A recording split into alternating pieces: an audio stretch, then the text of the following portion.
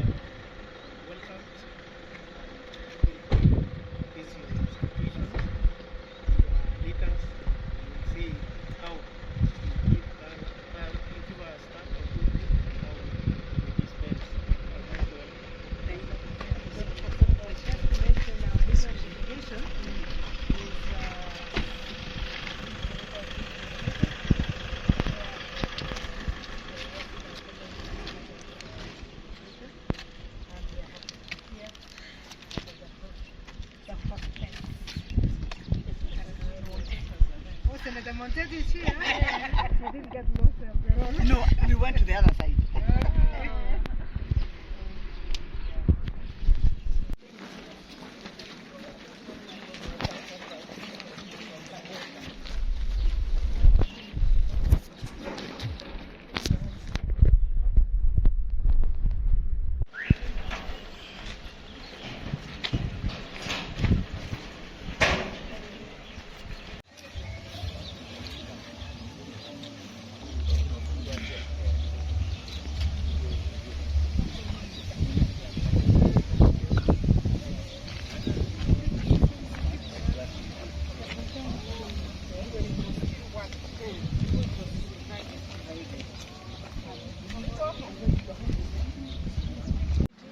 Welcome our senators from Nairobi, led by our own Professor who was the former member of Parliament at Lorry East and Senator was elected as well, for taking this opportunity to visit our ladies who are in this facility.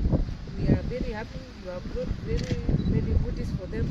I want to take this opportunity to thank you very from the bottom of my heart, together with my MCA host as well, Madam Deputy Speaker Sarah Malay.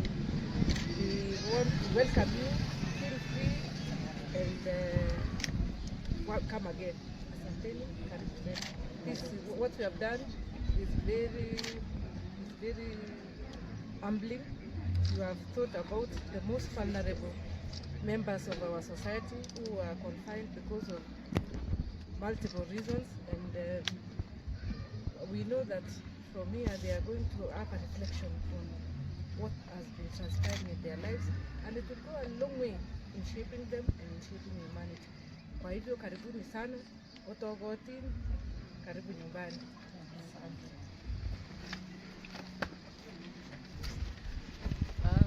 Asante member of parliament wa hapa wa kwetu, our sister, and asanteni sana kwa kutuhost hapa Eldoret. Thank you. Here my name is Senator Hamida Kibwana on behalf of Kenya Women Senators Association, that's KEWOSA. We are here kuwatembelea, kuwajulia shida za wamama wenzetu, the inmates. We want to appreciate and thank the Eldoret Women Prison for accepting our request for us to come. Madam Officer in charge, Madam Eunice Odhiambo, we really appreciate, and appreciate everyone else for actually accepting our request. We are happy. We are really happy. We have come for the devolution conference, but at the same time we said no, we need to come na tuwajulie hawa mama wenye shida kidogo. I also want to appreciate my fellow senators who have come with us, led by Senator Kamar.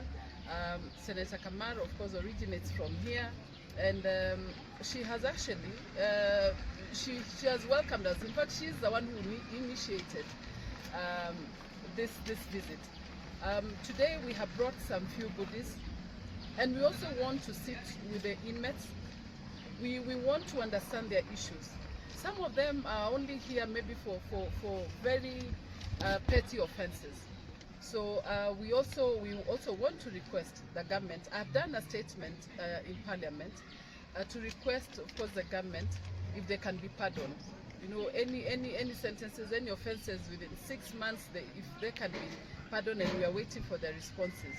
So we are here to sit with them. We have brought them a few goodies. We have brought some things for the kids clothes, the kids biscuits and sweets, you know, for us to sit together and understand their issues. The women, actually, inmates are very dear to us. You can imagine a mother who has left about 4 kids back at home, and she's here only for about 1,000 shillings or 500 shillings. So it is sad. We'll also sit with the officer in charge to understand how many female petty offenders that we can support, so that they can be released. We did that with Langata Women Prison. So we said once we're in Eldoret for devolution conference, we need to do the same. So I'm happy that we are here. We'll drink with them, we'll eat with them, and also have fun, so that at least na wao waweze kujisikia kuwa wanafikiriwa na sisi wamama wenzetu. So kwa hayo machache, niko na wenzangu, let them say something about the whole visit. But we seriously want to appreciate the Eldoret Women Prison and Madam Eunice Odhiambo for giving us this opportunity. We are really happy and appreciate to be here as Kenya Women Senators. It's not about what we do and what we scream and what we do in Parliament or where we sit in fancy hotels. It's about us sitting with these inmates na kuwafikiria mashida zao. Kwa hayo machache, asanteni sana. Thank you very much. For the interest of time, I'll be very brief. Margaret Kamar is my name. I'm a resident of Wasingishu, so I need no introduction. I want to appreciate the Kenya Women Senators Association, led by Senator Hamida Kibwana, because it was just the thought of visiting prisons is something that is great. It has touched all of us. This is the second visit, because we have been to Nairobi women's prison, and we are here today to show love to the inmates and to tell them that making a mistake is not bad. The mistake is when you repeat a mistake. So we want to make them understand that the mistake they did should be put at the back of their minds, so that they change their lives and they leave this prison as a changed people. We know that there are so many things also that are going on here, and we appreciate this prison. I know I have renovated my own chairs myself. Everything was renovated here. So there are so many skills that we know these young ladies and men can learn from this place and go back, exchange people, and really a prison is meant to do that. Want to thank you. Thank you so much for hosting us, Eunice.